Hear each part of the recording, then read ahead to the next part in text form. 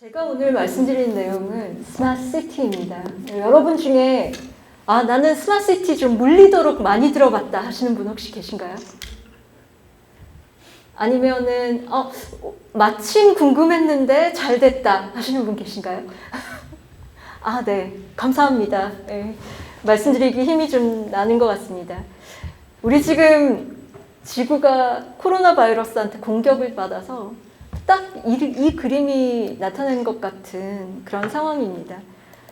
여기에 사실 코로나 바이러스가 좀 강력하게 찾아오긴 했지만 솔직히 코로나 바이러스 말고도 그 이전에 지구를 위협했던 재난들은 무수히 많았습니다. 우리가 좀 약간 정신을 차렸다고 할까요? 그래서 이 재난들을 이렇게 다 한꺼번에 해결하면서도 우리 미래를 밝혀줄 수 있는 그런 뭔가 만능 키 같은 거 없을까 하는 그런 생각으로 저는 오늘 여러분께 이 스마트시티라고 하는 거를 아주 간단하게 딱 40분에 걸쳐서 소개를 드려볼까 합니다. 뭔지 모르겠지만 우리의 앞으로의 모습이 왼쪽에 있는 그림처럼 저렇게 메마르고 우울하고 이래서는 안 되지 않을까 하는 마음에 저는 항상 이렇게 리더 자리에 계시는 분들께 주로 강의를 많이 하고 이렇게 좀 뭔가 좀 알려드리려고 애쓰고 하는 노력을 하는 편인데요. 결국은 그 그림을 그려나가는 분들이 더 많이 알아주셨으면 하는 그런 의미에서 의견을 드립니다. 여기 이 자료는 아마 미리 공유 받으셨을 것으로 알고 있는데 혹시 필요하시면 저한테 나중에 연락을 주시면 영상이나 링크나 자료 이런 것들은 또 보내드리도록 하겠습니다. 지금 이 자리에서는 시간이 부족해서 다 틀 순 없어요. 이거 하나도 15분짜리인데 무려 2050년의 미래 모습을 이 영상 한 편에 담아놨더라고요. 근데 중요한 건 그 영상에 어떤 내용이 들어있느냐 하는 것보다는 그냥 어떤 방향으로 흘러가려고 기술자들이 노력하고 있구나 하는 것들을 이제 이걸 통해서 여러분이 한번 보시면 좋을 것 같은데요. 그 중에는 드론 같은 거, 하이퍼루프 이야기 많이 나오죠. 서울, 부산을 15분 안에 가겠다. AI, 로봇 이건 전공자가 아니어도 지금 지겹게 많이 들으셨을 것 같고 심지어 일론 머스크 같은 사람은 화성에다가 뭘 차겠다 이런 이야기도 하고 있고요. 그 다음에 사람들의 장애는 이젠 더 이상 문제가 아니다. 손이 움직이지 않더라도 이렇게 기구를 달면 자유롭게 움직일 수 있는 그런 시대가 되기도 했고요. 옷 같은 걸 그냥 입기만 해도 이렇게 힘이 훨씬 더 2배, 3배로 증가하는 꼭 영화 속에 나오는 것 같은 이야기도 현실이 되어가고 있습니다. 그거 말고도 각종 이렇게 몸에 부착한 장치, 심지어 이제 요즘은 학교도 비대면으로 이루어지고 있는데 더 나아가서 가상의 학교 이런 이야기까지도 사실 나오고 있는 상황입니다. 이런 미래의 모습을 너무 복잡하게 이것도 되고 저것도 되고 이렇게 이해해버리면 사실 머리가 핑핑 돌아갑니다. 근데 사실 저는 여러분한테 딱 2가지만 알려드리려고 해요. 결국 우리의 미래는 연결성과 지능화 이 2가지가 어떤 방향으로 전개되느냐에 따라서 그 미래 모습이 달라지게 된다 하는 거가 가장 큰 관건이고요. 이 연결성과 지능화는 우리가 소위 4차 산업혁명이라고 부르는 그 4.0이라는 숫자에 가장 밀접하게 맞물려 있는 개념입니다. 결국 우리 생활은 어떻게 바뀌냐면요. 여러분 미디어를 쓰는데 여러분 혹은 그 자녀분들 이런 분들이 디바이스 한 개만 딱 주고 이거 갖고 미디어 여기서만 써 이러면은 화내요. 그러니까 요즘은 TV에서 보다가 PC에서 보다가 휴대폰으로 보다가 이렇게 왔다 갔다 하면서 보는 거가 당연하게 여겨지게 연결성이 당연하게 됐고 또 보던 거가 있으면 그거하고 비슷한 것들을 막 추천해주는 지능화도 자연스럽게 미디어 생활에서는 이미 일반화가 되어 있습니다. 집은 어떻게 될까요? 좀 더 스마트하게 바뀌는 모습이 될 거고요. 일터도 또 도로도 심지어는 그냥 바깥 공원 이런 데까지도 사실 연결성과 지능화의 바람은 피해가지 못할 것 같습니다. 이런 것들을 저는 스마트시티라고 정의합니다. 결국은 스마트시티란 연결성과 지능화가 우리 생활 속으로 들어와서 뭔가 조금 스마트해졌구나 라고 느끼게 되는 것. 그렇게 함으로 해서 디바이스가 새로운 못 보던 형태들이 생겨요. 물론 우리가 그전에 이 디바이스를 안 쓰고 있었던 게 아닙니다. 우리 집에는 뭐 인공지능 스피커 이런 거 다 있으시잖아요. 스마트 디바이스 이런 거 많은데 거기에도 여차하면 공익 목적으로 뭔가 기능이 동작하는 이런 기능들이 탑재되기 시작하고요. 그다음에 도로 곳곳에 가로등이라든가 뭔가 공적인 목적으로 생겨나는 새로운 형태의 디바이스도 만들어지기 시작합니다. 그리고 좀 더 나아가면 이런 건물 하나, 건물이 지금은 그냥 공간만 이렇게 탁탁탁 건축해 놓은 벽돌 이런 걸로 만들어져 있는데 거기에 센서가 붙으면서 이 방엔 지금 몇 명이 있다? 여기에 만약 비상 상황이 생기면 대피로는 이렇게 된다라는 거를 건물이 우리한테 적극적으로 알려주는 그런 스마트한 빌딩도 가능해지고요. 도로 한번 생각해 볼까요? 도로에는 전보다 스마트해진 자동차들이 벌써 돌아다니는데 자동차가 열일하는 것이 아니라 도로도 이제는 자동차와 함께 협력해서 운전자와 보행자를 안전하게 보호하는 이런 형태로 바뀌어 가게 되는 거죠. 그러면 여러분, 도시는 전체적으로는 결국 그런 스마트한 여러 종류의 디바이스들의 집합체 이렇게 되겠죠. 그러면 이제 어느 순간 도시 전체가 마치 우리 스마트폰처럼 뭔가 되게 똘똘해졌구나 이런 느낌이 드는 그런 시기가 올 것입니다. 그걸 갖고 우리는 뭐 하느냐 생각을 해보면요. 우리 휴대폰을 쓴다는 게 꼭 휴대폰 하드웨어만 쓰는 게 아니잖아요. 그 안에 앱을 다운로드 받아서 쓰고 하잖아요. 우리 도시도요. 그런 식으로 예를 들면 서울과 포항은 서로 다른 종류의 서비스가 필요한 도시가 될 수 있고 그렇다면 포항에 맞는 어떤 서비스들을 도시 앱 스토어에서 다운받아 갖고 도시가 막 더 기능이 좋아지고 이런 모습도 충분히 상상해 볼 수 있습니다. 이런 많은 것들을 제가 포스텍의 교수로서 이 스마트시티를 하는 이유가 결국 그 뒤에서 열일하는 열심히 돌아가는 이걸 가능하게 만드는 그런 기술들이 대부분 지금 우리가 소위 4차 산업혁명 기술이라고 부르는 IoT, 클라우드, 빅데이터, 인공지능 이런 식의 기술들이기 때문에 그렇습니다. 설계 도면 가지고 옥신각신 싸울 게 아니고 그냥 눈앞에 쫙 그려서 보여주는 겁니다. 여기는 이렇게 바뀌고 여기는 이런 게 생기고 보는 것만큼 확실한 게 없겠죠. 작업이 아직 익숙치 않은 젊은이들이 현장에서 목숨을 잃는 안타까운 사고들이 생기는데 잘 못하는 사람도 일을 시작해야 될 거 아닙니까? 그러면 이런 IT 기술은 그 청년들이 아주 익숙한 노련한 분들만큼 수준으로 일할 수 있도록 원격으로 지원해 줄 수도 있는 겁니다.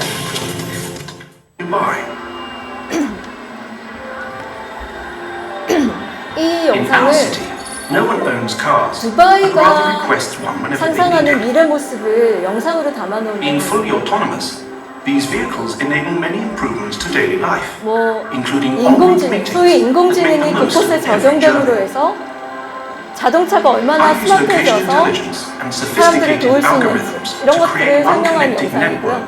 that makes travel inside the city and to all over the world efficient and seamless.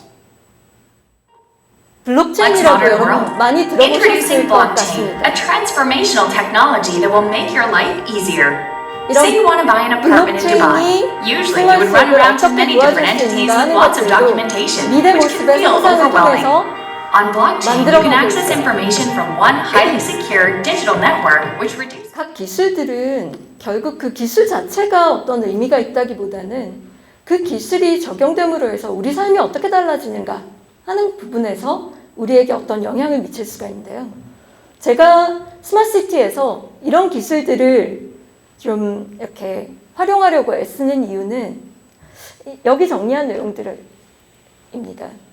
첫 번째, 빅데이터와 인공지능은 왜 필요하냐? 도시의 의사결정이 이루어지는 곳을 시장실이라고 전제해 봅시다. 그러면은 그 시장실 안에 지금은 어떤 모습일까요? 시장님이 여러분들하고 이렇게 공무원분들하고 이렇게 앉아서 자료를 넘기면서 뭔가 의사결정을 하시죠. 그런데 그 모습이 어떻게 달라지냐 하면요. 데이터 과학자들이 모니터 앞에 쫙 이렇게 앉아 있습니다. 도시에서 수집되는 여러 종류의 데이터들을 그 과학자들이 분석을 하고 시장님한테 인풋을 드리죠. 그 통찰에 의해서 시장님은 훨씬 더 합리적으로 의사결정을 하실 수 있는 이런 도시 환경이 될 것입니다. 디지털 트윈, 혼합 현실, 이런 이름의 기술들이 있습니다. 이건 어떻게 달라지게 만드느냐? 사실 요즘 스마트시티의 대세가 시민 참여라는 키워드가 붙어 있습니다. 근데 여러분, 막상 스마트시티에 관한 모종의 의사결정을 하는 곳에 시민들을 불러놓고 하게 되는 것이 어려운 이야기만 잔뜩 하고 눈에 보이지 않는 거 가지고 가능성 있다 이런 이야기만 해갖고는 사실 그분들이 그게 어떻게 달라지는 건지 알 수가 없죠. 아까 보셨던 것처럼 새로운 하다못해 리모델링을 하나 하는데도 직접 보지 않으면 알 수 없는데 도시가 새롭게 만들어지는데 거기에 시민이 참여한 의사결정을 하면서 보여주지 못하는 상황. 이거 좀 말이 안 됩니다. 결국 도시의 새로워지는 모습을 실제로 만드는 데까지 몇 년이 걸리겠지만 이걸 가상 환경에서 빠르게 만들어서 이건 이렇게 바꿀까? 이건 이렇게 바꾸는 게 더 좋아? 하고 직접적으로 그 반응을 살펴볼 수 있는 이런 가상의 도시 설계 환경 이런 것들이 만들어져야만 시민들의 참여가 가능해지고요. 여러분 IoT, 블록체인 말은 많이 들어보셨죠? 이게 어떻게 우리 삶에 영향을 미치느냐 하면요. IoT라는 건 결국 이런 이야기 있잖아요. 신이 모든 곳에 있을 수 없어 어머니를 만들었다. 이런 이야기가 있는데 마치 그것처럼 내가 모든 곳에 모든 순간을 눈뜨고 지켜볼 수 없으니까 IoT라고 하는 센서와 통신 기술을 가진 장비를 여기저기에 심어놓고 문제 생기면 나한테 알려줘 라고 하는 식으로 해서 나를 좀 안심시킬 수 있는 그런 기술이라는 점에서 이게 가능성이 있는 거고요. 블록체인이라는 건 결국은 해킹할 수 없기 때문에 우리를 서로 믿을 수 있게 만들어주는 기술이 되겠습니다. 그럼 이런 기술들이 적용된 미래 세상, 그렇다면 거기에 어떤 기술들이 적용되는지 그 기술이 뭔지 하는 걸 아는 것보다는 우리는 무엇을 원하는가 하는 것들을 생각하는 점이 사실 훨씬 더 중요하게 될 거고요. 대부분의 이런 스마트 분야에서 잘하고 있는 기업들은 기술을 먼저 내세우지 않고요. 사람들에게 어떤 식의 혜택이 돌아가는지 하는 것들을 시나리오를 만들어서 진행하고 있습니다. 알리바바 같은 경우는 본인들이 가진 여러 가지 데이터 과학, 인공지능, 자동화 이런 기술들을 써서 리테일의 미래, 그러니까 상거래의 미래를 완전히 바꿔놓겠다라고 하는 야심을 가지고 새로운 시도들을 여러 가지를 해나가고 있고요. 그 대표적인 것들이 요즘 실제 이런 가게들에서 나타나고 있습니다. 보시면 이 안에는 로봇도 들어있고요. 데이터 과학도 들어있고요. 인공지능도 들어있고요. 근데 우리는 로봇을 쓰고 데이터 과학을 접하고 인공지능을 활용하는 것이 아니라 단지 물건을 사고 필요한 걸 그냥 결제하는 것 뿐입니다. 이 영상은 나중에 한번 차근차근 보시면 되겠고요. 마이크로소프트 같은 경우는 그런 비슷한 맥락으로 그들이 가지고 있는 강점 역량을 가지고 이 프로덕티비티, 생산성이라는 걸 획기적으로 혁신하겠다라는 생각을 갖고 학교, 오피스 이런 곳을 혁신하겠다고 벼르고 있습니다. 몇 가지 팬시한 영상이 여기 좀 나오긴 하는데요.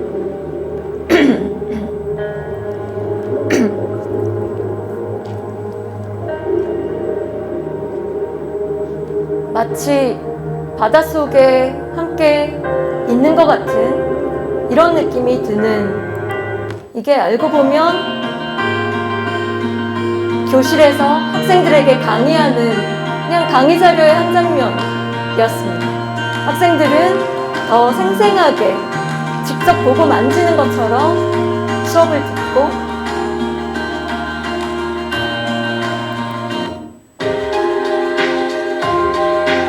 일하는 것도요, 꼭 사무실에 앉아서만 할 필요가 없는 거죠. 여행하다가 중간에 아무데나 자리를 잡고 그냥 원격으로 처리해서 보내주고, 이런 것들이 가능한 세상을 미래의 마이크로소프트가 꿈꾸는 미래의 모습으로 제시를 하고 있고요. 보쉬라고 하는 것은 이렇게 공장에서 쓰는 기계를 만드는 회사입니다. 근데 이 회사는 공장의 미래 모습을 이렇게 제안하고 있습니다. People are in 공장을 control of this fourth 자동화하는 것이 industrial 4차 revolution. 산업혁명이 아닙니다. One of its features is 그 the global 공장에 connectivity 기계가 of value chains 설치됨으로 across 해서 companies. 거기서 데이터가 생겨나고요. 그 For example, 데이터들을 활용할 the 수 있는 configuration 역량, and personalization of cars will take on a new 보쉬가 dimension in 꿈꾸는 the 미래 future. 모습입니다. 사람들이 It will be 매장에서 possible to 자기가 freely 직접 select the size and shape of the car's information display.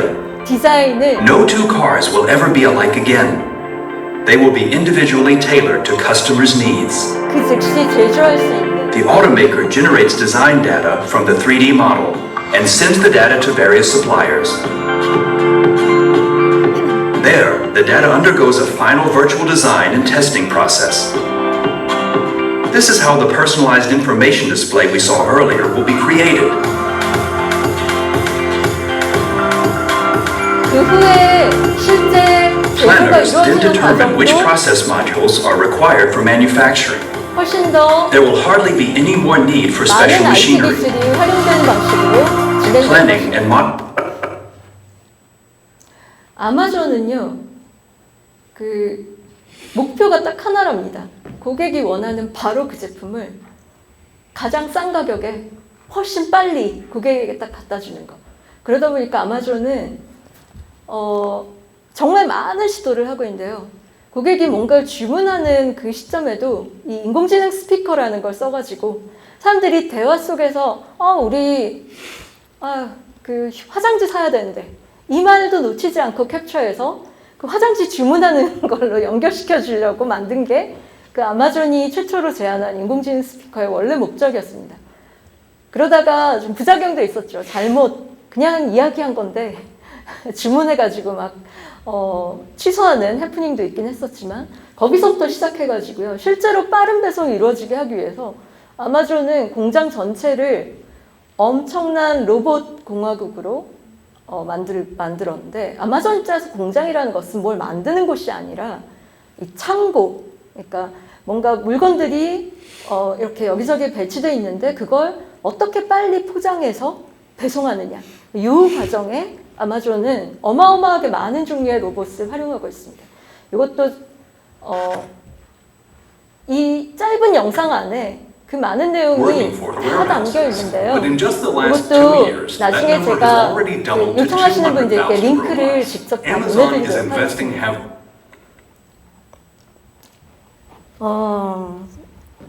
도시 이야기로 이제 좀 다시 돌아오겠습니다. 처음에 스마트시티가 만들어졌을 때 이게 건설사가 주도하고 도시 건설의 하나의 기술, 이런 개념으로 접근이 되었었어요. 저 같은 경우 에피소드가 그 소위 이제 스마트 아파트에 입주를 탁 했더니 보따리를 이만한 걸 하나 주는데 그 보따리 열어보니까 그런 기억이 있는데, 그러다 보니 시민 체감도가 높지 않았어요. 처음에 스마트시티가.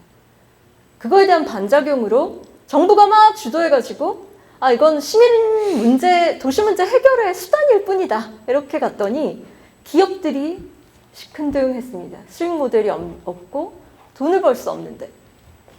지금은 스마트시티를 그런 식으로 하지 않아요.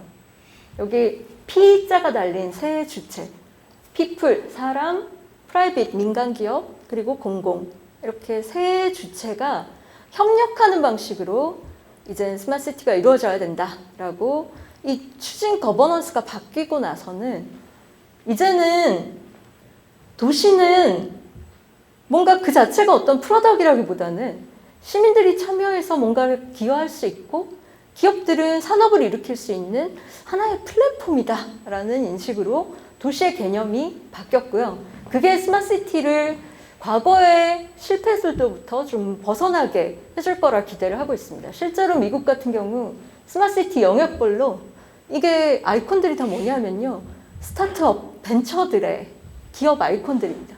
빼곡하게 채워질 정도로 많이 탄생을 하고 있고, 이 기업들은 개별적으로는 힘이 약하니까 이렇게 연합을 이루어가지고요. 미국의 도시 곳곳을 순서대로 공략하는 이런 방식으로 사업을 전개해 나가고 있고, 이런 기업들만 전문적으로 돕겠다라고 하는 투자자들도 스마트시티 전문 투자 기업 형태로 등장하기 시작했습니다.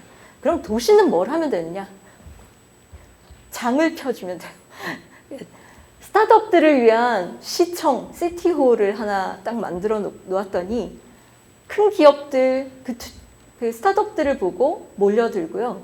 도시는 그냥 가만히 있어도 그 기업들의 활동에 의해서 그 도시의 온갖 스마트시티 문제가 다 해결되는 이런 혜택을 누리게 되었고요.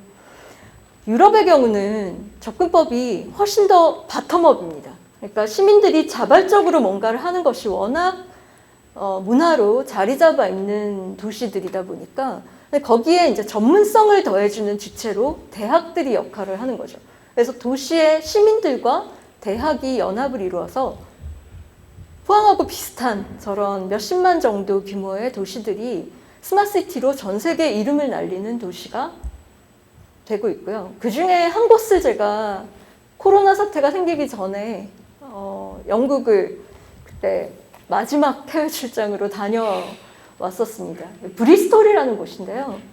브리스톨은 여기 런던이 이제 저 섬의 오른쪽에 이렇게 있다면 브리스톨은 왼쪽에 있습니다. 역사적으로 보면 여기가 이렇게 노예 교역의 중심지였어요.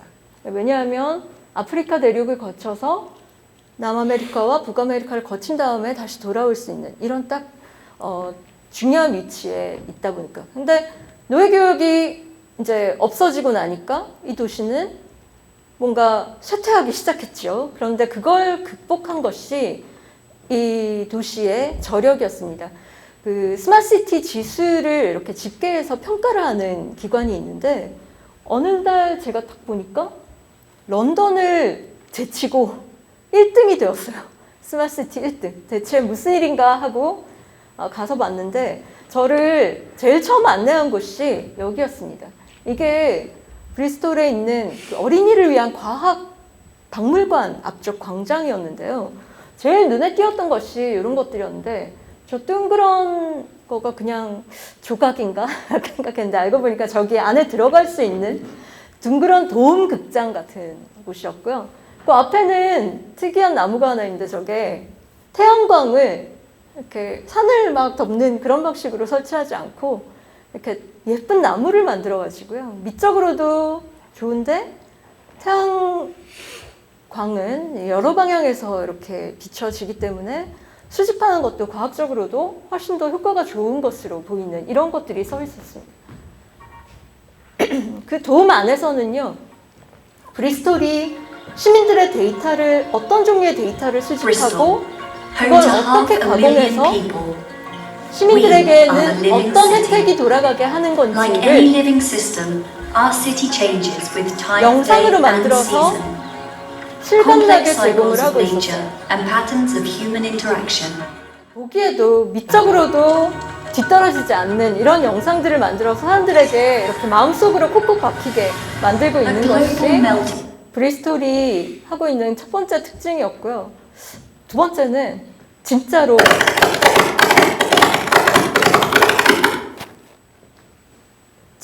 시민 참여가 활발히 이루어지고 있었습니다. 이렇게 시민들이 참여하는 프로그램을 돌리는 게 있었는데 예를 들면 도시의 미세먼지를 좀 제대로 측정해보자 라고 하는 문제를 시민들이 모여갖고 아이디어를 내요.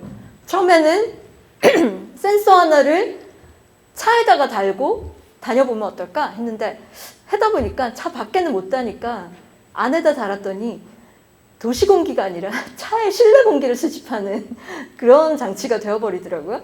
그래서 나중에 누군가가 또 아이디어를 내서 그럼 자전거는 어때? 이렇게 해서 결국은 저렇게 무당벌레처럼 예쁘게 생긴 걸 만들어가지고 자전거에다 달고 다니니까 정말 도시 곳곳에서 데이터를 수집할 수 있는 이런 아이디어들이 실제 시민들에게서 나오는 그런 방식을 쓰고 있었고, 여기가 브리스톨의 어린이들이 놀러 오는 과학박물관이었어요. 그러니까 그 어린이들은 정말 어렸을 때부터 이런 환경에 자연스럽게 노출되고 제가 브리스톨에서 대학을 가려고 이용했던 택시 기사님이 저한테 브리스톨은 이런 걸 하는 곳이다 라고 설명해 준 내용이 제가 지금 여기 요약한 내용인데요.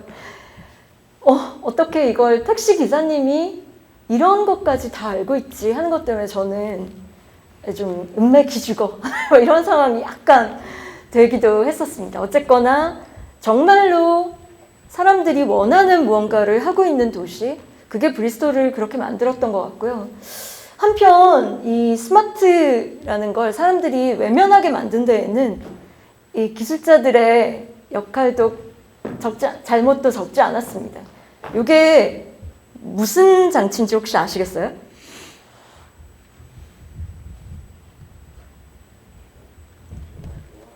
계란 부화. 네, 그러니까 달걀을 병아리로 만드는 거 아닌가요? 라는 질문, 의견이 제일 많았는데, 그렇게 했었다면 이 회사가 망하지 않았을 겁니다. 라고 제가 늘 이렇게 말씀을 드려요.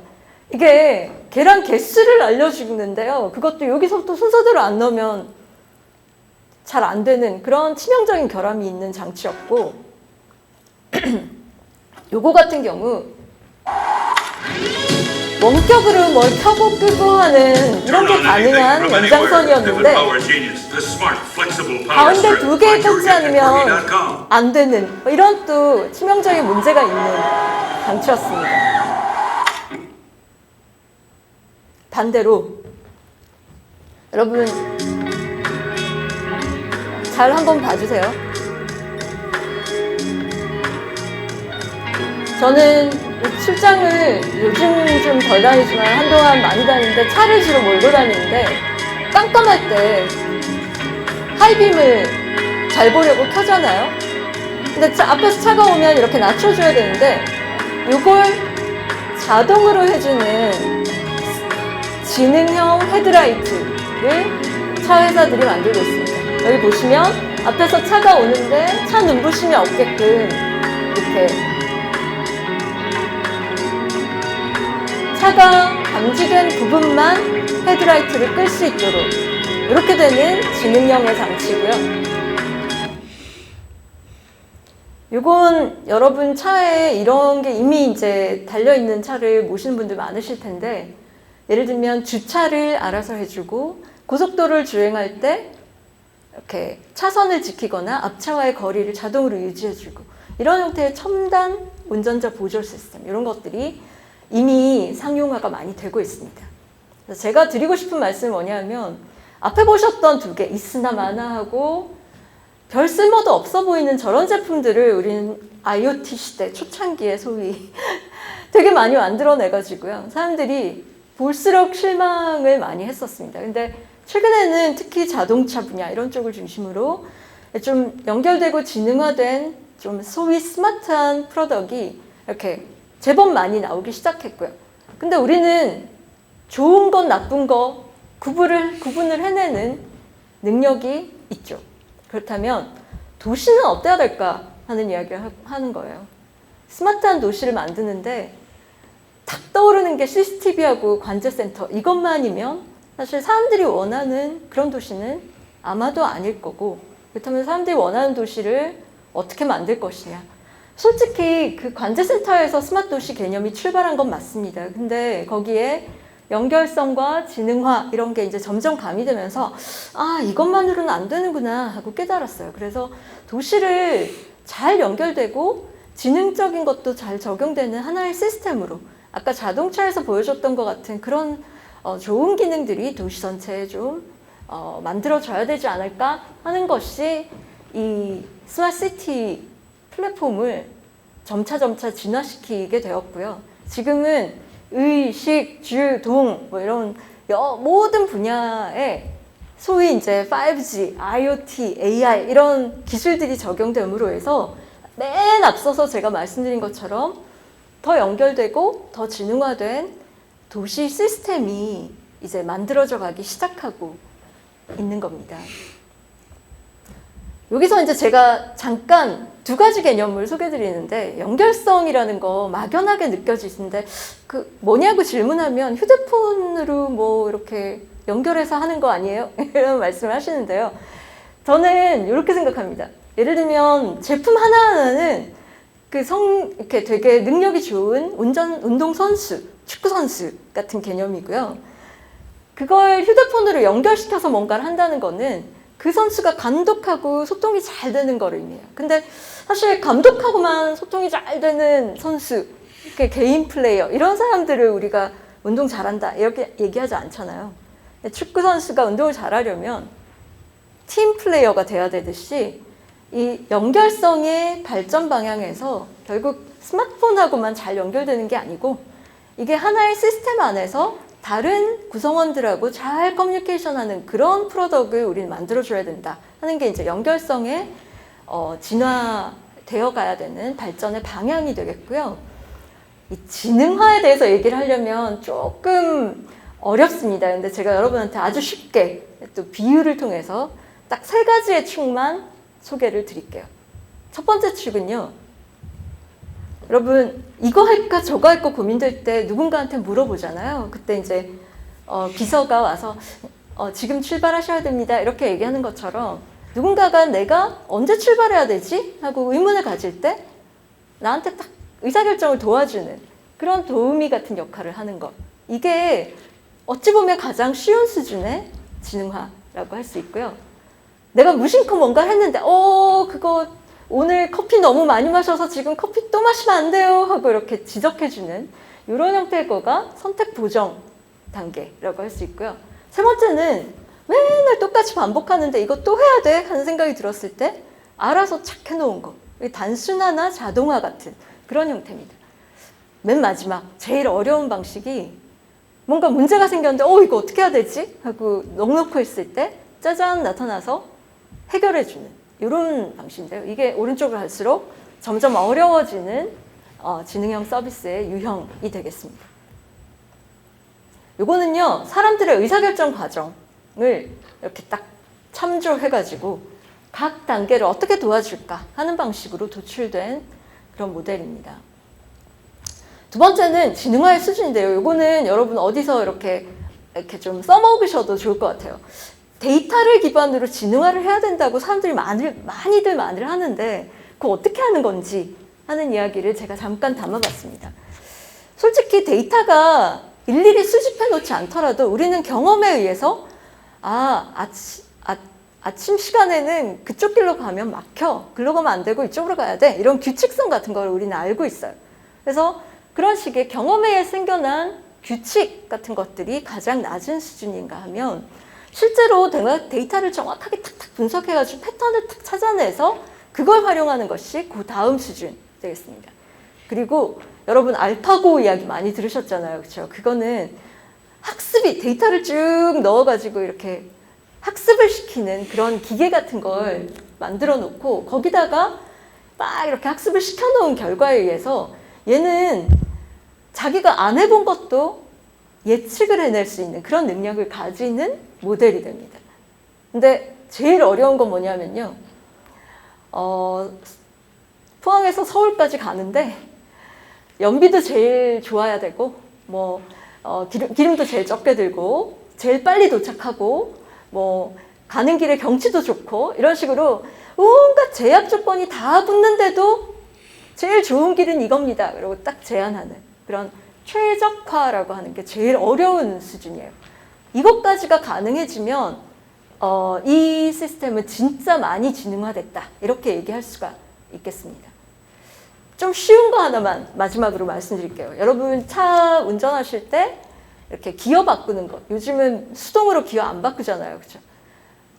그냥 가만히 있어도 자동으로 바뀌어지는데 예전에 어땠는지 기억해 보시면 ปึ๊ 밟고 있을 때 RPM이 막 올라가서 막 터질 것 같은 소리가 나면 그때 기어를 딱 바꿨잖아요. 그렇죠? 사람들에게 뭔가 알림을 주고 사람들이 어떤 행동을 하게끔 유도하는 방식이 가장 낮은 수준인가 하면 자동으로 되는 것까지 이렇게 있고요. 그 중간에는 사람하고 이 기계가 이렇게 협업을 하게 되는 그런 중간에 반자동 단계가 있습니다.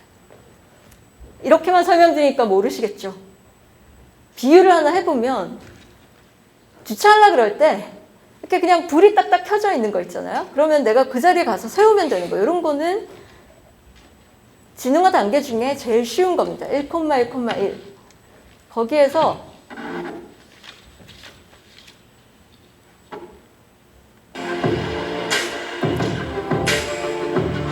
여러분 뭐 이렇게 서울이나 이런 데 유명 음식점에 가면 그 앞에 주차 대신 해주는 발렛 파킹 이런 게 있잖아요. 그죠? 차를 몰고 왔는데 운전자 조수석을 다 내려버리고 버튼만 하나 눌렀어요. 그러면 이 차는 자기 혼자 가서 빈 자리에 주차를 하는데요. 이게 어떻게 가능하냐 하면 차에도 파킹 기능이 자동 파킹 기능이 생겼고 건물 안에도 센서하고 이런 걸 막 박아놓고 차하고 소통을 하게끔 만들었습니다. 근데 이런 자동 주차 방식은 끝판왕, 제일 어려운 방식. 근데 여러분이 건물주시라면 지금 이거 투자하시겠습니까? 아직은 좀 결국 답은요. 지금은 딱 들어갈 때 어디 주차하세요? 이거 알려주고 헤매지 않게만 도와주는 딱 그 정도 수준이면 적합한데 실제로 이게 조사를 해보면 나옵니다. 사람들에게 굳이 가장 높은 수준의 자동화를 지금 제공할 필요는 없다. 오히려 어설프게 문제 해결하겠다고 낮은 수준의 지능화 가지고 덤볐다가는 불만만 살 뿐이다 라고 하는 것이 조사를 해보면 다 나오게 돼 있습니다. 사람 중심의 스마트시티를 만든다는 것이 어느 순간 큰 단위에서 그냥 갑자기 한다고 되는 것이 아니라고 보고 있고요.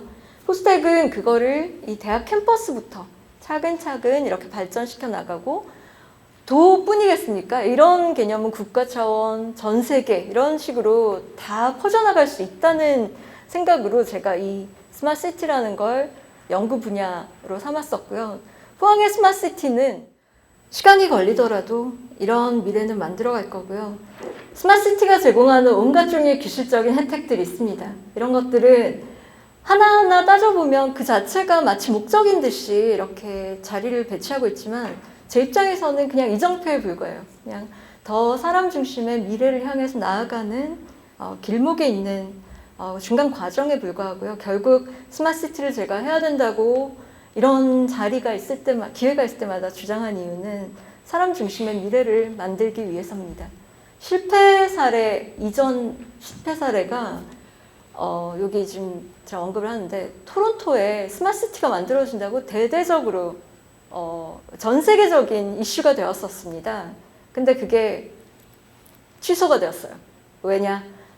사람들의 혜택을 먼저 생각하기보다는 그냥 구글이 거기서 수집할 데이터 이런 거에만 혈안이 돼서 사업 위주로만 봤었기 때문에 결국은 취소가 되었고요. 결국 데이터를 사람들이 걱정하지 않게 보호해 주는 거 이게 중요합니다. 근데 사람들은 그걸 혜택과 맞바꿀 수 있는 용의가 있다라고 보여지고요. 요거는 사실 우리가 기술이나 이런 것들로 인한 수없이 많은 우려들을 불식시킬 수 있을 만큼의 충분한 이익과 가치와 혜택 공익이 또는 의미가 이 스마트시티를 통해서 제공되어야 하고 그걸 인지상정이라고 한다면 결국 사람 마음을 얻을 수 있는 그런 스마트를 해야겠다는 생각을 저는 하고 있고요. 요거는 최근에 세계경제포럼이 코비드 상황을 헤쳐나가 후에 더 나은 미래를 만들기 위해서는 우리 뭘 해야 될까 하는 거에 대한 딱 5가지를 제시했는데 그 중에 맨 5번째가 저한테 확 와서 바뀌었습니다. 그냥 소수만 그들만의 리그로 스마트가 가버리면 아무 의미가 없습니다. 아무도 뒤에 처지지 않게 더 많은 사람들이 이걸 알고 그 혜택을 같이 나눌 수 있게 하는 것. Leave no one behind. 이게 사실 제가 스마트시티라면서 가장 중요한 거라고 생각하고 있고요. 때로는 이런 분들 계세요. 저보고 너무 장밋빛 미래만 보는 거 아니냐 이런 말씀을 해주시는 분들 많으신데 때로는 그런 습관이 사막을 오아시스로 바꾸기도 한다는 것에 저는 스스로 확신을 가지고 어떤 미래가 올 것이냐를 예측하려고 하기보다 그걸 우리 스스로 만들어가자 하는 취지에서 이 도시에 대한 기획부터 많은 분들과 의견을 나누면서 함께 나가는 것, 그게 제가 이 스마트시티 분야에서 열심히 연구하고 있는 이유라고 할 수 있겠습니다. 이상으로 마치고요. 혹시 시간이 좀 부족한데 질문이 있으신 분들은 제가 명함을 드릴 테니까 메일로 물어봐 주시면 되겠습니다. 경청해 주셔서 감사합니다.